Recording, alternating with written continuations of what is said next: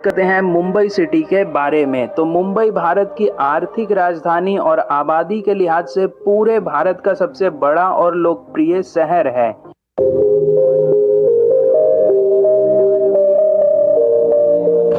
तो सबसे पहले बात करते हैं कराची के बारे में। तो कराची अपनी जीडीपी और आबादी के लिहाज से पूरे पाकिस्तान देश का सबसे बड़ा और अमीर शहर है। कराची पाकिस्तान के सिंध प्रांत की राजधानी है, जो वर्तमान समय में तकरीबन 3780 किलोमीटर स्क्वायर एरिया पर फैला हुआ है। वहीं इस शहर को द सिटी ऑफ लाइट्स के नाम से भी जाना जाता है, जो अरेबियन सी में लगभग 100 किलोमीटर लंबी अपनी कोस्ट लाइन शेयर करता है। तथा वर्तमान समय में देखा जाए तो कराची इंफ्रास्ट्रक्चर और इकोनॉमी के मामले में काफ़ी तेज गति से आगे बढ़ रहा है, जहां पर पाकिस्तान के कुछ सबसे बड़े और मेजर सी पोर्ट्स मौजूद हैं।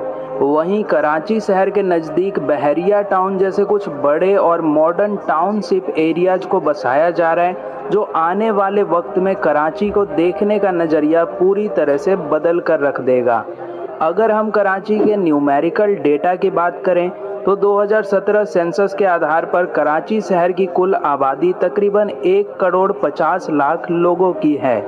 वहीं कराची शहर की करंट लिटरेसी रेट 81.52% की है। और यदि हम रिलीजन बेसिस पे देखें तो इस शहर में 96.4% मुस्लिम, 2.4% क्रिश्चियन, 0.86% हिंदू और थोड़े बहुत यहाँ पर अन्य धर्मों के लोग भी निवास करते हैं। और आइए अब बात करते हैं कराची के जीडीपी के बारे में। तो जीडीपी के लिहाज से देखें तो कराची पूरे पाकिस्तान का सबसे बड़ा फाइनेंशियल एंड कॉमर्शियल हब है। इस शहर की मेजर इकोनॉमी में सबसे ज़्यादा योगदान यहाँ के बैंकिंग और इंडस्ट्रियल सेक्टर्स का है। तथा कराची की मौजूदा जीडीपी परचेसिंग पावर पैरिटी यानी कि GDPP लगभग 210 बिलियन यूएस डॉलर का है, जो कि पाकिस्तान की टोटल इकोनॉमी में 25% का योगदान देता है। कराची का इतिहास, अगर ऐतिहासिक रूप से देखें तो 1729 में कराची शहर को एक किलेनुमा गांव के तौर पर कुछ बलोच लोगों ने बसाया था और उस टाइम इसे नाम दिया गया था गलोची, लेकिन बाद में इसका नाम बदलकर कराची पड़ गई, जिसके बाद में इस शहर पर सदियों तक ब्रिटिश सरकारों ने अपने अपने तरीके से शासन किया। और आइए अब बात करते हैं मुंबई सिटी के बारे में। तो मुंबई भारत की आर्थिक राजधानी और आबादी के लिहाज से पूरे भारत का सबसे बड़ा और लोकप्रिय शहर है। मुंबई भारत का एक पोर्ट सिटी भी है, जो लगभग 603 किलोमीटर स्क्वायर एरिया पर फैला हुआ है। वहीं इस शहर को द सिटी ऑफ ड्रीम्स या फिर माया नगरी के नाम से भी जाना जाता है, जहां पूरी दुनिया से लोग अपने सपनों को साकार करने आते हैं। ये शहर भी अरेबियन सी से लगभग 150 किलोमीटर लंबी अपनी कोस्ट लाइन साझा करती है।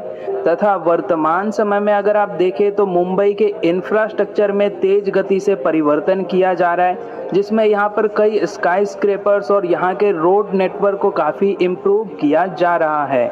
वहीं मुंबई शहर में 46.4 किलोमीटर लंबी मेट्रो लाइन और वर्ल्ड क्लास की मोनो रेल जैसी यातायात सुविधाएं काफ़ी पहले से मौजूद हैं। तथा इस शहर में मुंबई कोस्टल रोड प्रोजेक्ट पर भी बहुत ही तेज गति से काम किया जा रहा है, जो आने वाले कुछ सालों में मुंबई शहर की तस्वीर को पूरी तरह से बदल देंगी।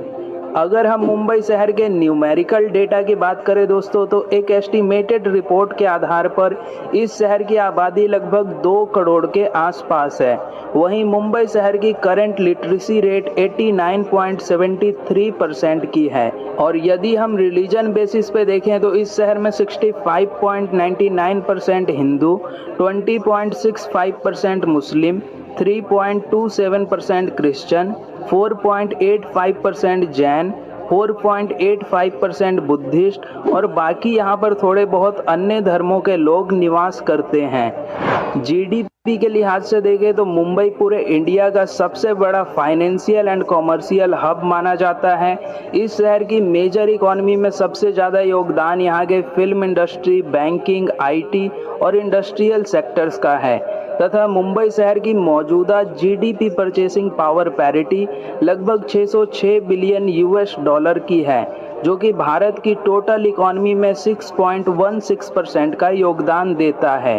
वहीं दोस्तों आपको जानकर काफ़ी हैरानी होगी कि मुंबई की estimated nominal GDP 277 billion US dollar का है, जो कि पूरे पाकिस्तान की जीडीपी का 75% है।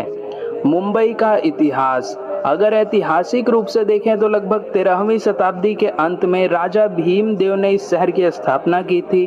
फिर 1661 में ये पूरा शहर ब्रिटिश के शाही परिवार के अधीन हो गया तथा इस शहर की एक इंटरेस्टिंग बात ये भी है कि पहले ये पूरा शहर 7 आइलैंड्स में बटा हुआ था। फिर इन्हीं 7 आइलैंड्स को 1826 में जोड़कर आज के इस नए मुंबई शहर का निर्माण हुआ।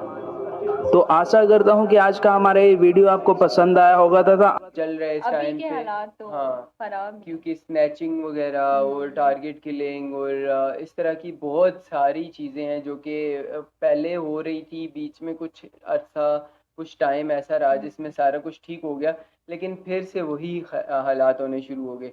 हम कराची को ज्यादा रेट करेंगे नहीं, और लेकिन मेहरान इसमें भी एक फैक्टर है कि कराची आज इससे ज़्यादा ग्रो हो सकता था। उसका जो हिस्ट्री रहा है ना 10-20 साल पहले, अब 10 साल पहले आप कह लो, जितनी दहशतगर्दी, इतनी मतलब वहाँ पे ये क्रिमिनल रिकॉर्ड है, ये भी मेरे ख्याल में ये कह देना कि जी ये उसका है, मैं इसको कतई नहीं मानता। ये इसको सही करना किसका काम था? पाकिस्तान की हुकूमत का। नहीं किया ना तो ये इन्हीं का फॉल्ट है। सिटी है और मुंबई का तो हमने बड़ा वैसे भी नाम सुन रखा है। पहले बात करता हूँ कराची के बारे में। तो कराची को जो सिटी ऑफ लाइट्स कहा जाता है, नो डाउट इसमें।